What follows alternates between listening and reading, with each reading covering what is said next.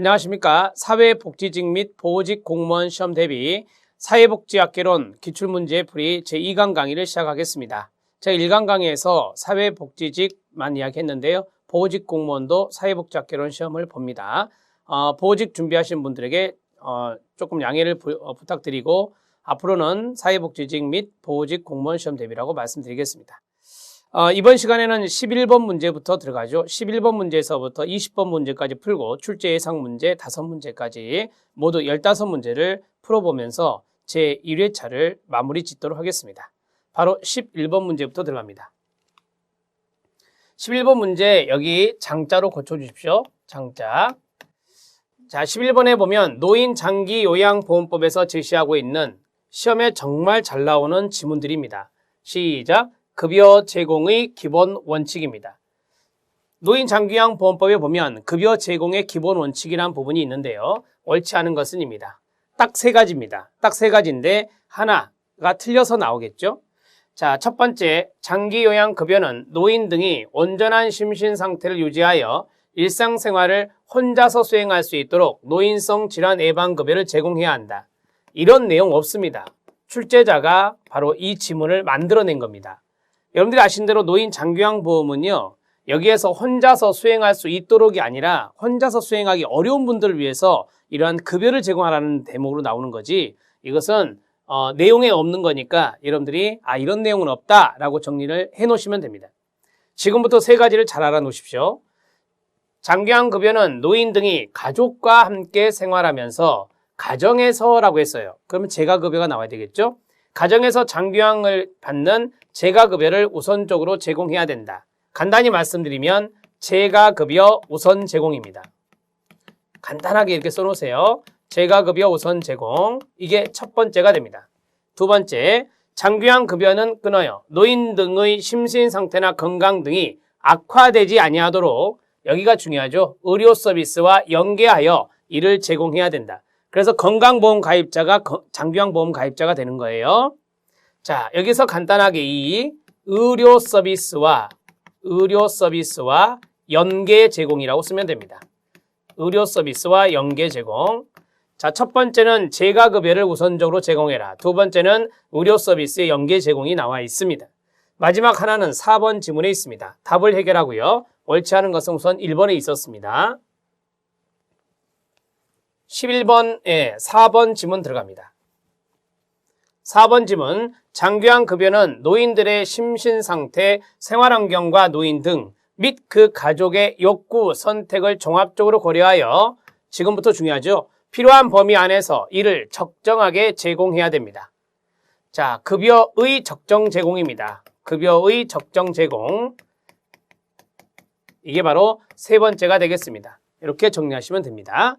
첫 번째는 재가급여 우선 제공. 그 다음에 두 번째는 의료 서비스와 연계 제공. 세 번째는요, 급여의 적정 제공입니다. 이렇게 해서 급여 제공의 기본 원칙 세 가지를 정확하게 알아놓으시면 좋겠습니다. 시험에 많이 나오는 지문이니까 별표입니다. 정말 잘 나옵니다. 뒤에 보시면 아시겠습니다. 자, 11번의 답을 해결했습니다. 1번이 답입니다. 법령의 문제였고요. 이제 12번 문제 들어갑니다. 제가 어린이집이 나왔다 했는데요. 이렇게 어린이집이 단독으로 나온 것은 드문 경우예요. 그래서 제가 생뚱맞는 문제였다라고 말씀을 드린 거고요. 영유아 보육법에 있는 지문입니다. 1번, 사업주가 직장 어린이집을 설치해야 되는 사업장은 상시 여성 근로자, 여성이라겠죠? 여성 근로자 300명 이상 또는 상시 근로자는 총 근로자를 말합니다. 누구를 말한다? 총 근로자를 말합니다. 자, 총 근로자 500명 이상을 고용하는 사업장이다. 네, 여기는 의무 설치죠. 의무적으로 설치해야 됩니다. 자, 숫자 잘 보세요. 총 근로자가 얼마다? 500명. 여성 근로자만 따진다면 300명. 이 숫자의 동그라미. 맞습니다. 그 다음 영유아란이라고 했습니다. 용어의 정의에 6세 미만의 취약전 아동이라 되어 있습니다. 거의 외우다시피 하십시오. 영유아란 6세 미만의 취약전 아동. 이 아이가 바로 어린이집을 이용할 수 있는 대상자입니다. 그 다음에 세 번째, 국공립 어린이집의 어린이집을 설치 운영하고자 하는 자는 끊어요. 어린이집인가? 라고 배우셨습니다. 신고가 아니라 뭐다? 인가사항입니다. 시장군수구청장에게 인가받아야 됩니다. 네, 3번 탈락. 가정에 동그라미요. 가정 어린이집의 정원은요. 상시 영유아 몇 인 이상? 50인 이상, 5인 이상, 20인 이하라고 할 수 있습니다. 가정 어린이집 같은 경우는 대개 아파트에서 어린이집을 소규모로 하는 분들이 많죠. 맥시멈이 있어야 돼요. 그래서 20인 이하다. 5인 이상, 20인 이하. 정확하게 가정 어린이집의 정원을 알아놓으시기 바랍니다. 답은 3번입니다. 자, 우리가 이제 그 법령에 보면 허가가 있고, 그 다음에 인가가 있고, 그 다음에 지정이 있고, 그 다음에 신고가 있고, 그래요. 자, 이러한 것들을 여러분들이 좀 잘 알아놓으시면 좋겠는데요. 허가가 있고, 인가가 있고, 지정이 있고, 신고가 있다. 어린이집은 여기 인가에 들어갑니다. 그래서 인가에 해당되는 것들이 상당히 많죠. 그것들을 정리를 잘 해주시면 됩니다. 그냥 듣기만 하세요. 시설에서 인가로 나오는 것은 가정폭력 피해자 보호시설, 그 다음에 성폭력 피해자 보호시설, 그 다음에 어린이집. 이러한 것들이 시설이면서 인가를 받는 것입니다. 한국사회복지공제회라든지 사회복지공동모금회라든지 한국자원봉사협의회라든지 사회적 협동조합이나 사회적 협동조합 연합회라든지 중앙입양원이라든지 이런 것들이 다 인가사항입니다. 또 중요한 게 뭐죠? 사회복지법인에서 인가사항이 있습니다. 사회복지법인이 정관을 변경하고자 할 때는 시도지사의 인가를 받는 겁니다. 지금까지 제가 말씀드린 사항이 다 인가입니다. 그래서 이러한 인가들을 여러분들이 좀 정리를 쭉 해주시면 좋겠습니다. 자, 허가를 해볼게요. 허가는 세 가지가 있어요. 허가는 세 가지가 있는데 허가는 정신요양시설 허가 받죠. 정신요양시설은 보건복지부 장관에게 원칙적으로 허가받는데 시군구청장한테 위임됐고요. 입양기관이 있습니다. 보건복지부 장관의 허가를 받는데 국내 입양만 알선할 때는 시도지사의 허가를 받습니다. 그 다음에 사회복지법인도 허가받습니다. 사회복지법인의 설치는 바로 시도지사의 허가를 받습니다. 이 세 가지의 허가를 정확하게 좀 알아놓으시면 좋겠습니다. 자, 됐습니다. 12번 해결했고요. 답은 3번이 답이 됩니다. 자, 이제 13번 문제 들어갑니다. 13번 문제는 쉽게 풀 수 있는 문제가 되겠습니다.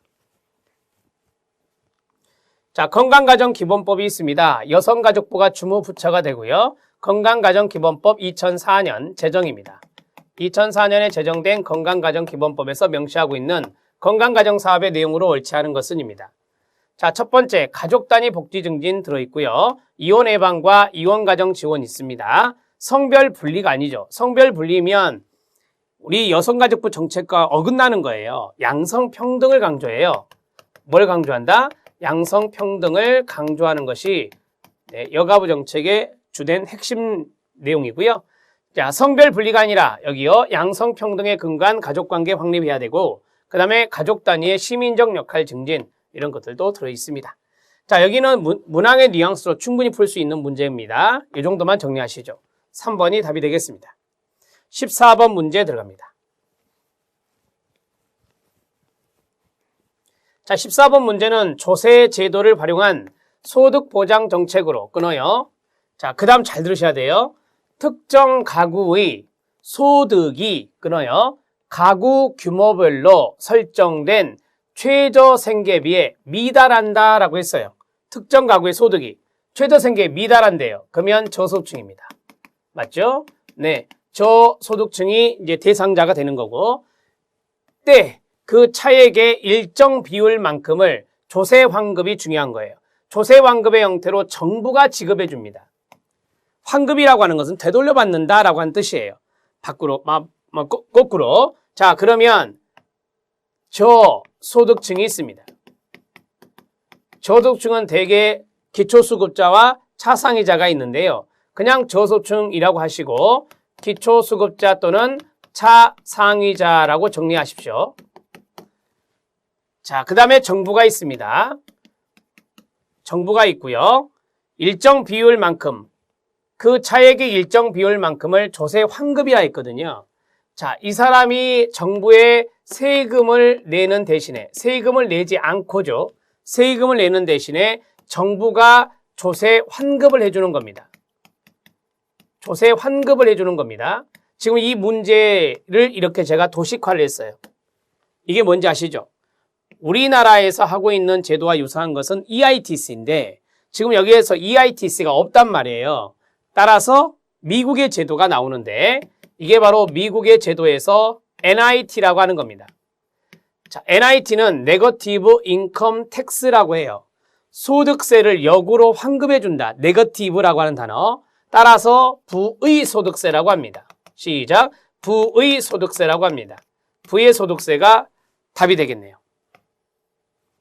자, 이 부의 소득세와 우리나라에서 유사한 제도가 있죠. 한국의 뭐와 유사하다? EITC. EITC는 Earned Income Tax Credit, 근로장려세제, 근로장려세제와 유사하다 이렇게 적으시면 됩니다. 자, 정리가 되셨죠? 요거 하나 적어 놓으시면 충분히 이해되고요. 답은 4번으로 처리가 됐습니다. 누진세 제도가 있습니다. 우리나라 누진세 제도는 직접세가 이것을 활용하고 있죠. 직접세는 두 가지 정도만 기억하십시오. 소득세와 법인세가 있습니다. 조세 감면 제도가 있습니다. 여러분, 이 감면이라고 하는 것은 공제 혜택입니다. 공제. 따라서 이 조세 감면 제도에서 우리가 뭐 세액 공제라든지 소득 공제라든지 공제 혜택이 바로 감면 제도다. 이렇게 보시면 되겠습니다. 자, 목적세 제도가 있는데 목적세는 어떠한 목적으로 세금을 징수하는 겁니다. 일정 목적으로 세금을 징수하는 것을 우리가 목적세다. 이렇게 정리할 수 있습니다. 14번의 답을 4번으로 처리하시면 됩니다. 자, 14번의 나머지 내용들도 좀 알아놓으실 필요가 있어서 하나씩 설명을 좀 해드렸고요. 답은 4번입니다. 자, 15번 문제 들어가도록 하겠습니다.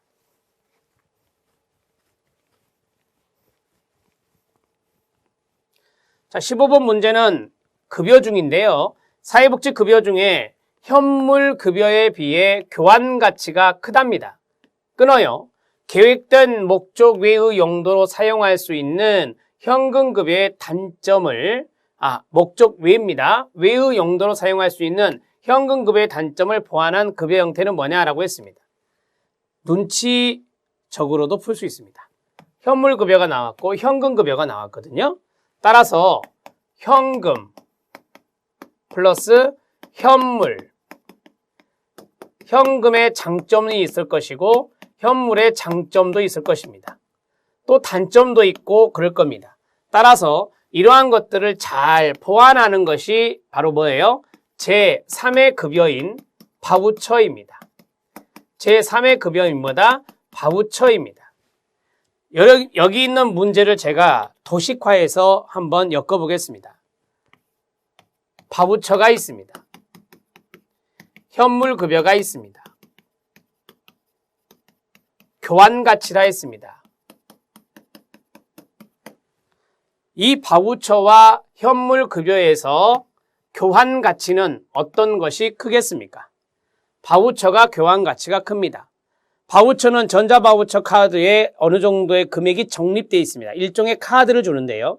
이 전자바우처 카드를 제시하고 일정 부분을 수납한 다음에 카드에서 마이너스가 돼가죠. 태그에서 그 금액이 차감됩니다. 차감되면서 내가 서비스를 받을 수 있는 거거든요. 자, 이 교환 가치가 있는데 내가 필요하지 않아도 받아야 되는 게 뭐죠? 현물입니다. 원하는 걸 받는 게 아니에요. 이것은 원하는 걸 받을 수가 있습니다. 따라서 교환 가치는 이게 더 크다라고 볼 수 있고요. 그 다음에 두 번째는 목적의 사용입니다. 여기에 바우처가 있고요. 여기에 바우처가 있고 그 다음에 현금 급여가 있습니다. 현금 급여. 자, 목적 외 사용이라 했습니다. 목적의 사용은 좋은 말, 나쁜 말. 나쁜 말이거든요. 이거 잘못 쓴다 그래서 오용이에요. 오용은 나쁜 말이에요. 어떤 게 오용할 수 있죠? 네, 현금 급여가 오용의 가능성이 높아요. 이거는 제한된 목적에 쓴 거거든요. 제한된 용도 내에서 쓸 수 있는 거예요. 따라서 현금 급여가 목적의 사용이 크다는 것은 이 녀석의 단점입니다. 이 녀석의 단점을 커버하는 게 바로 이 녀석이네요. 그래서 우리는 바우처라고 답을 처리할 수 있어요. 자, 바우처가 답입니다. 이렇게 정리하시고요. 자, 서비스가 있습니다. 서비스는 우리가 현물에 해당됩니다. 서비스는 물품과 함께 현물에 넣을 수 있고요. 기회라는 급여가 있잖아요. 이거는 기회의 평등을 말하는 거예요. 기회의 평등을 우리가 기회라고 합니다. 권력이라고 하는 것은 어떠한 결정 권한을 주는 건데요. 결정 권한이 있다. 그래서 거버넌스라는 단어를 놓치면 안 됩니다. 거버넌스. 자, 결정 권한이 있도록 참여하게 만드니까요. 이것을 우리가 협치라는 개념으로 쓰죠. 거버넌스는 협치입니다. 권력과 연관성이 있습니다. 15번의 답은 4번으로 처리하시면 되겠습니다. 자, 이제 16번 문제 들어갑니다.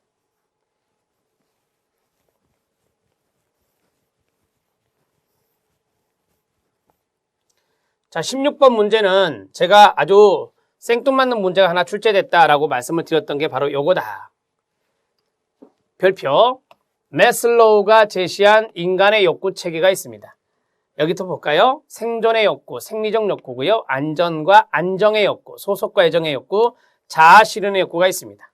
그러면 5단계설에서 없는 게 뭐죠? 자존이 없네요. 자기 존중을 자존이라 하거든요. 자기 존중을 자존의 욕구라 하는데 지금 그게 하나 빠졌습니다. 여기와 그에 따른 산업복지가 나왔습니다. 산업복지의 내용으로 바르게 연결되지 않은 것은입니다. 옳게 연결되지 않은 것은입니다. 이거는 산업복지론의 전공서적에 보니까 이게 있더라고요. 여러분 해설해 보면 쭉 장황하게 돼 있는데 그게 바로 산업복지론에 있는 내용입니다. 생존의 욕구, 산재보험, 직업안정, 직업훈련 다 생존과 연관성이 있습니다. 그 다음에 노사협의, 재임용, 성과배분제, 경영참과 소득보장, 안전과 좀 거리가 먼 것 같습니다. 느낌상으로 알 수 있어요. 안전과 연관성 있는 것은 여기 있는 산재보험도 들어갈 수 있죠. 직업안정도 들어갈 수 있어요. 소득보장도 들어갈 수 있어요. 그렇게 해야 사람이 안전하죠. 그런데 노사협의나 재임용이나 성과배분이나 경영참가나 소득보장, 소득보장은 안전의 욕구에 들어갈 수 있지만 나머지는 상관이 없어요. 따라서 이것은 자존과 연관성이 있습니다. 자존의 욕구와 관련성이 있다. 이렇게 보시면 돼요. 여러분, 자존이라고 하는 것은 인정받는 겁니다. 뭐 받는 거다? 인정받는 거예요. 자기 자신이 자기를 인정하든지 아니면 타인으로부터 자기가 인정받는 거예요. 인정받으니 노사협의회에 참여하고 재임용하고 성과 배분받고 경영에 참가하는 거죠. 인정받으니 소득도 보장되는 거고, 자, 이러한 것들이 바로 자존의 욕구와 연관성이 있습니다. 자존의 욕구의 개념을 이해하시면 충분합니다. 소속과 애정입니다. 친목 행사, 취미 집단, 운동회, 가족 프로그램, 상담 이런 것들이 다 소속과 애정과 연관성이 있습니다. 맞습니다. 지금 1번과 3번 맞았고요. 자아 실현입니다. 자아 실현은 뭐라고 배우셨죠? 잠재력 발휘입니다. 어떠한 성원이 잠재력을 발휘했어요. 그래서 자아 실현이 됐어요. 그러면 실적 표창 받을까요? 네. 공정한 인사 고가에서 승진할까요? 네. 장려금 받겠죠. 이런 것들은 자아 실현, 잠재력 발휘와 관련성이 있습니다. 이해되셨습니까? 네. 답은 2번이 답이 되는 거예요. 뒤에 있는 해설을 잘 꼼꼼히 읽어주시면 됩니다. 겹치는 부분들도 있지만 여러분들이 그냥 이 욕구의 개념을 머릿속에 넣고 그것을 산업복지와 연결만 잘 하시면 되는 겁니다. 답은 2번입니다. 자, 이제 17번 문제 들어갑니다.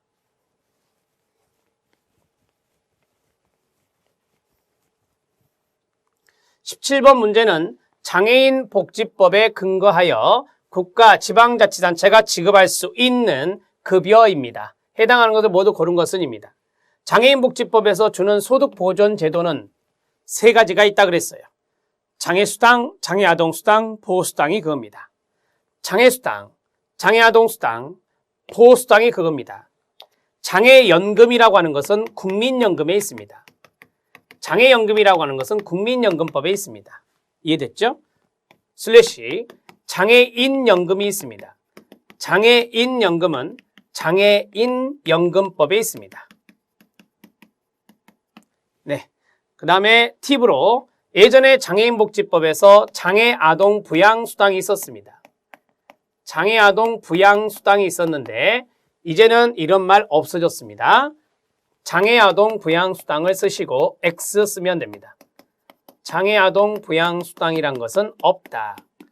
그래서 장애인복지법 이 문제가 또 나온다면 장애연금이라든지 장애인연금이라든지 장애아동 부양수당 이런 게 나오면 X라고 정리하시면 됩니다.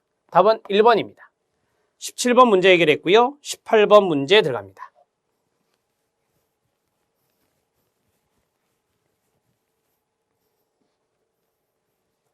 자, 18번 문제. 정책에서 생뚱맞는 문제는 바로 이거였다. 복지국가 위기 이후 끊어요. 재편기를 맡게 되는데 이 재편에 관련해서 제솝이라는 학자가 제시한 슌페테리안 워크페어 국가, 영어로 씁니다. 노동 연계 복지가 되겠습니다. 이를 중요시하네요. 복지 혜택도 주긴 줍니다. 여기에 대한 특징으로 옳지 않은 것은입니다. 자, 국민국가의 강화가 있습니다. 국민국가의 강화. 이것은 우리가 쉽게 복지국가의 확대입니다. 복지국가의 확대와 연관성이 있거든요. 국민국가의 강화라고 하는 것은 복지국가의 확대와 연관성이 있어서 이것은 우리가 보통 팽창기와 관련성이 있다. 황금기와 관련성이 있다. 이렇게 정리하시면 됩니다. 1945년부터서 오일쇼크 전까지입니다. 석유파동 전까지를 우리가 복지국가의 팽창기로 보거든요. 자, 이러한 것들이 이제 국민국가의 강화와 관련성이 있다고 보시면 되고요. 노동의 유연성 강조, 유연성에 동그라미요. 그 다음 신보수주의 영향 같은 거 국가 개입의 축소입니다. 그냥 무턱대고 관대하게 급여 주는 게 아니라 일을 하는 경우에 한해서 복지 혜택이 들어가는 거니까 국가의 복지 개입은 축소된다고 볼 수 있고요. 이거는 신보수주의 영향이라고 볼 수 있습니다. 자, 이제 노동의 유연성 강조라고 했는데 이 노동의 유연성이 바로 뭐와 연관성이 있느냐? 기술 중심의 사회. 기술 중심의 사회고, 그 다음에 하나 더, 품종은 많아졌습니다. 소량으로 찍죠. 다품종 소량 생산입니다. 지금 슌페테리안 워크페어 국가와 연관된 것을 몇 가지 더 적어드리고 있습니다. 다품종 소량 생산과 연관성이 있습니다. 노동의 유연성이 강조된다. 노동의 유연성은 탄력 근무제라든지 또요 시간 선택제라든지 또요 계약직이라든지 노동이 경직화에 됐을 때는 이 정규직이 많았었잖아요. 그런데 탄력 근무제 한다든지 시간 선택제를 한다든지 계약직이라든지 이런 것들이 바로 유연화 정책이라고 볼 수 있겠습니다. 유연화 정책입니다. 그리고 기술 중심의 사회고 다품종의 소량 생산 이런 것들을 쭉 보면서 느낀 점은 효율성 중시입니다. 뭐 중시다? 효율성을 중시하는 것이다. 이렇게 보시면 돼요. 이것도 마찬가지예요. 워크페어 국가도 노동연계복지는 효율성과 측면이 있어요. 효율성 측면이 있다고요. 예, 이렇게 정리하시면 이제 슌페테리안 워크페어 국가의 특징을 다 잡았고요. 국민국가의 강화가 답이 됩니다. 슌페테리안 워크페어 국가의 특징을 이야기해 보세요. 시작. 신보수주의 영향, 국가 개입의 축소, 노동의 유연성 강조, 기술 중심의 사회, 다품종 소량 생산 이런 것들이 이제 슌페테리안 워크페어 국가의 주된 특징입니다. 답은 1번입니다. 18번 문제 체크. 자, 재편기의 슌페테리안 워크페어 국가를 해봤습니다. 이제 19번 문제 들어갑니다.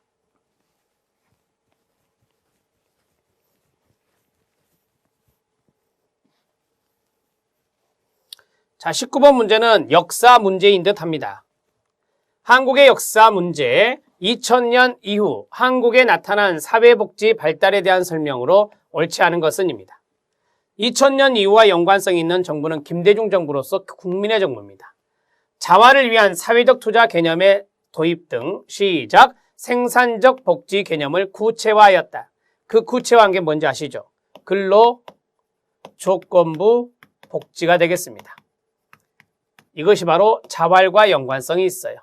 2000년대 이후에 계속해서 강조하고 있죠. 사회적 투자 개념의 도입이라 했습니다. 사회적 투자 개념은 바로 이 국민의 정부의 자활이 제3의 길의 영향이라고 볼 수 있어요.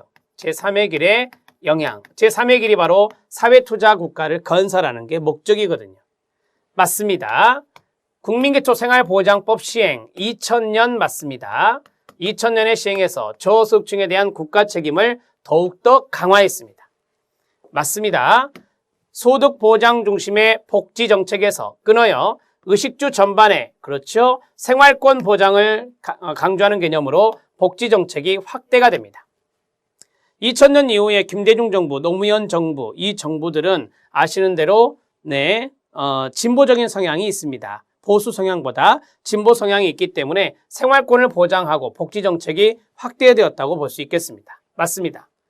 자, 네 번째, 사회복지시설 허가제 및 평가제도의 도입을 통해 민간의 복지 참여에 대한 통제를 강화했다. 앞, 뒤가 다 틀렸습니다. 사회복지시설 허가제가 아니죠. 평가제 도입이라겠는데요. 여기에서 제가 조금 맞춰서 말씀드리면 허가가 신고제로 바뀌죠. 그 다음에 평가제도가 도입됐다 그랬는데 여기 있는 신고제와 평가제의 도입은 1997년에 이루어집니다. 사회복지사업법이 개정되면서 이루어지는 것입니다. 자, 그리고 여러분들이 아시는 대로 이 허가제가 신고제로 바뀌면요, 훨씬 더 많은 시설이 생길 수 있어요. 따라서 민간 복지 참여에 대한 통제를 강화한 게 아니죠. 민영화 장려입니다. 민영화를 장려했다. 이렇게 보시면 됩니다. 민간이 사회복지에 참여하는 걸 통제하려고 했던 게 아니다. 통제하려고 했다면 신고제로 할 리도 없죠. 그래서 신고제 이 자체가 바로 민영화를 장려하는 형태가 된다. 이 말이에요. 그래서 4번 지문은 허가제도 틀린 말이고 통제도 틀린 말입니다. 그리고 연대도요. 도입이라는 말이 나왔으니까 이건 2000년대 이후가 아니라 1997년에 이루어진 것이라서 90년대 말입니다. 답은 4번이 답입니다. 19번 문제 알아놓으세요. 한국의 발달사, 최근에 우리 공무원 시험에서 잘 출제하고 있습니다. 마지막 20번 문제 들어갑니다.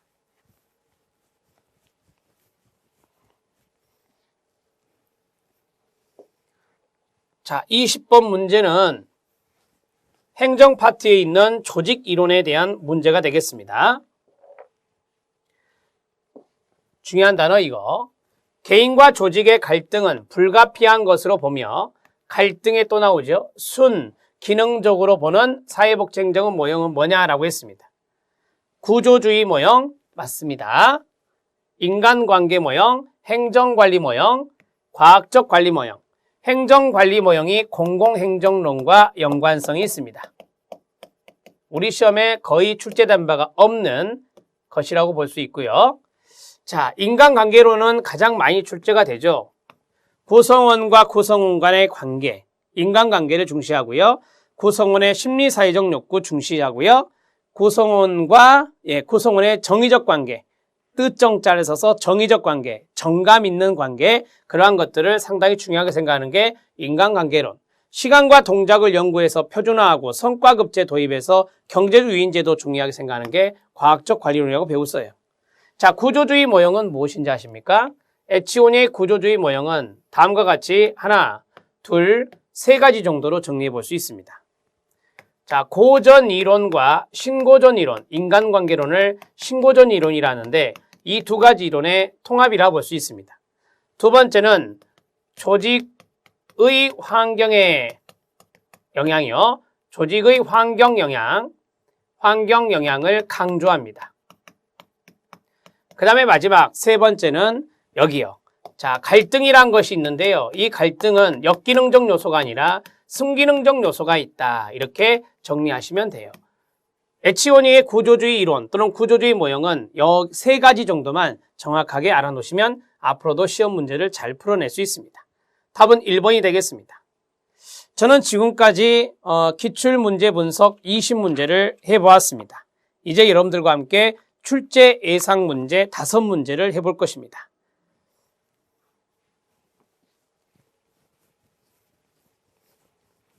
자, 출제 예상 문제 점검. 첫 번째 1번 별표. 최근에 우리 시험에 잘 나오고 있는 게 제3의 길에서 복지국가 재편 과정에서 나타난 사회투자국가입니다. 이게 바로 제3의 길의 목적이라고 말씀드렸죠. 더 서드 웨이의 목적입니다. 내용으로 옳지 않은 것은입니다. 전공서적을 보고 출제한 내용입니다. 공동체의 윤리인 기회와 안전이 끊어요. 시장 경제의 역동성인 성장과 생산성을 결합할 수 있다고 믿는 이론이다 라고 했어요. 여기에서 중요한 단어, 기회라는 단어입니다. 기회의 평등을 강조합니다. 제3의 길과 연관성 있는 문제라 그랬어요. 사회투자국가는 기회의 평등을 강조합니다. 예를 들어서 실업자가 있다. 그 사람들에게 직업훈련을 시켜서 내가 기회를 준다면 경제 성장, 생산성, 거기에 기여할 수 있겠죠.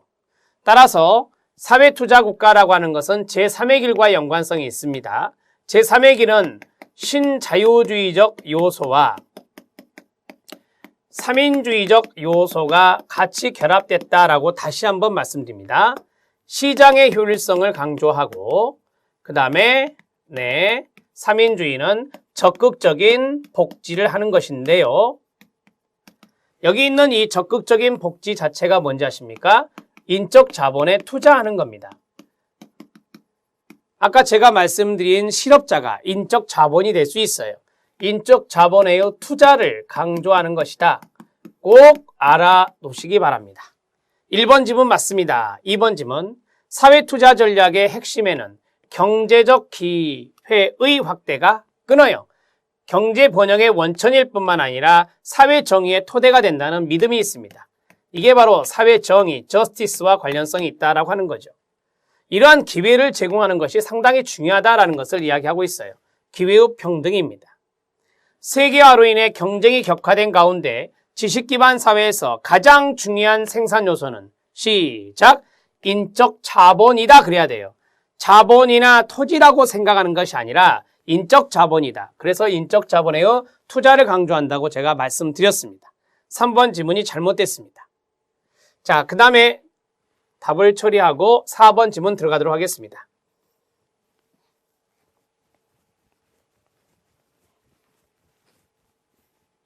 (4번) 지문. 사회투자는 끊어요. 시민들이 또 나오죠. 기회의 평등을 향유하며 이 기회는 지식 기반 사회에 적용될 수 있도록 시민 자신에게 투자하는 사회적 지원이 가능하게 하는 것이다 라고 했어요. 여기 사회적 지원이라는 것이 있어요. 이 사회적 지원을 누구에게 투자하는 거죠? 시민 자신에게 투자하라는 거예요. 이게 바로 인적 자본 투자가 되는 겁니다. 인적 자본의 투자가 되는 거예요. 사회적 지원이니까 이것들을 국가가 적극성을 갖고 해야 된다라고 하는 것이죠. 4번 지문 맞습니다. 옳지 않은 걸 해결했어요. 답은 3번이 되겠습니다. 2번 문제 들어갑니다.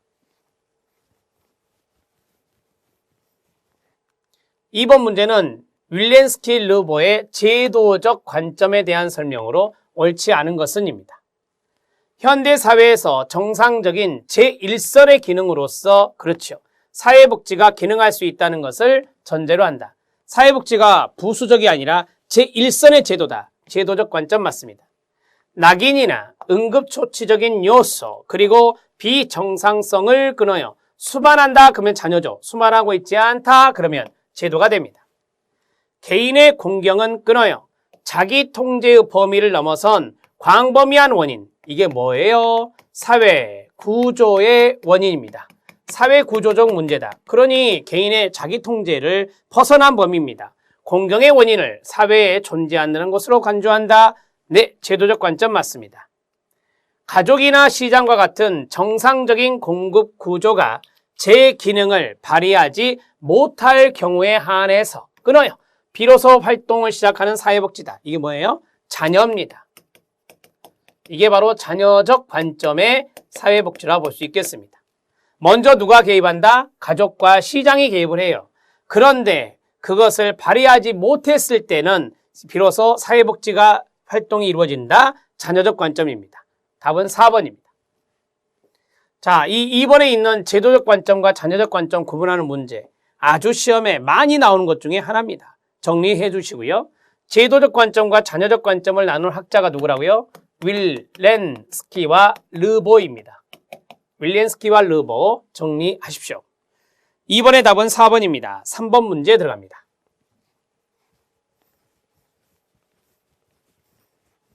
자, 3번 문제도 많이 출제되는 부분 중에 하나가 카두신의 아동복지 서비스입니다. 자, 주커만의 2차 방어선이 나왔어요. 2차 방어선에 속하는 것은 뭐냐라고 했어요. 그러면 카두신의 서비스를 보면 카두신의 서비스는 지지적 서비스가 있고 보완적 서비스가 있고 대리적 서비스가 있습니다. 세 가지의 서비스가 있는데요. 이 대리적 서비스가 세 가지로 또 나누어집니다. 첫 번째가 가정위탁이고 두 번째가 입양이고 세 번째가 시설 보호가 됩니다. 자, 카도신거 세팅 끝났습니다. 이제 주커만의 이야기를 해야 되는데요. 주커만은 여기 있는 지지와 보완적 이것을 1차 방어선이라 했습니다. 그 다음에 가정위탁이 있죠. 가정위탁과 입양을 2차 방어선이라 했습니다. 마지막 시설보호가 3차 방어선이 되는 겁니다. 1차, 2차, 3차 이것을 제시한 학자가 바로 주커만이 됩니다. 주커만의 1차, 2차, 3차도 정리가 됐습니다. 자, 이해되셨죠? 그러면 이제 문제 풀기 쉬워요. 가족상담은 지적서비스니 1차. 그 다음에 가정봉사원 파견 서비스. 이게 가정보존 서비스죠. 보호조적 서비스니까 1차. 학대 아동을 보호하는 서비스도 보완적 서비스니까 1차. 그 다음에 위탁보호가 나왔어요. 위탁의 동그라미요. 이게 바로 2차. 이렇게 보시면 되겠죠. 답은 4번입니다. 이렇게 정리하시는 겁니다. 요걸 아셔야 돼요. 그러니까. 요걸 알아놓으셔야 이 문제를 쉽게 풀 수 있습니다. 답은 4번입니다. 4번 문제 들어갑니다.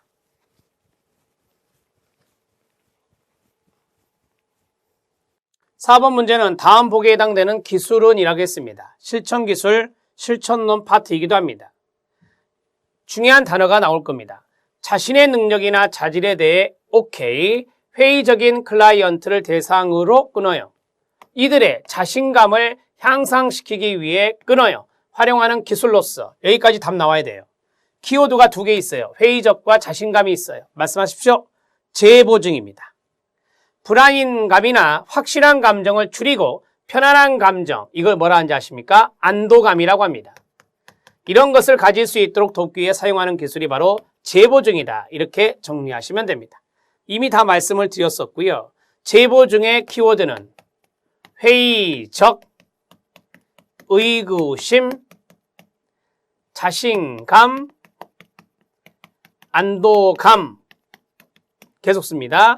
격려, 지지, 능력, 인정. 클라이언트의 능력을 인정하면서 사회복지사가 클라이언트를 격려하고 지지해도 재보증이 되는 것입니다. 꼭 알아놓으시고요. 정서적 지지, 지지에 해당되는 것은 대개 격려입니다. 그 다음에 인정기술, 환기, 이거 시험에 나올 수 있어요. 감정 표출, 감정을 표출하는 것을 우리가 뭐라 한다? 네, 환기다 이렇게 이야기합니다. 여러분 여기 안에서 중심이 되는 단어를 찾아주셔야 됩니다. 회의적과 자신감이라는 단어가 아주 결정적인 포인트였어요. 재보증입니다. 답은 2번입니다. 마지막 5번 문제 들어갑니다.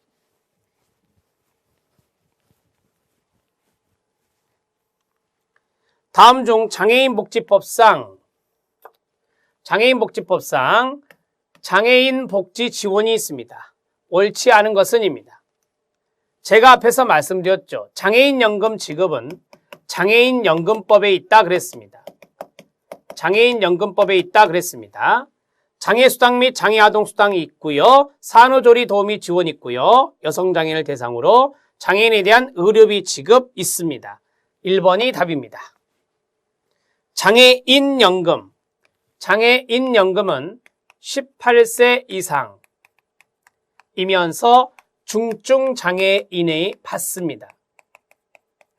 이분들의 급여는 기초급여와 그 다음에 부가급여를 같이 제공하고 있습니다. 여기 있는 기초급여는 기초연금법에 있는 기준연금액으로 합니다. 기초연금법에 있는 기준연금액은 얼마입니까? 20만 원입니다. 20만 원 플러스 알파가 되겠습니다. 이렇게 해서 장애인연금을 지급하고 있다. 여기까지 팁으로 말씀을 드리죠. 5번의 답은 1번입니다. 자, 지금까지 저는 제1회차의 출제 예상 문제 점검까지 5문제까지 정리해 보았습니다. 좀 하실만 합니까? 이 2010년도의 국가직 문제는 좀 어려웠다 말씀드렸는데 2010년도의 지방직 문제, 그 다음에 있는 2회차 문제는 이것보다는 더 수월했습니다. 훨씬 더 쉽게 풀어낼 수 있을 것 같습니다. 열심히 공부하시기 바랍니다. 수고하셨습니다.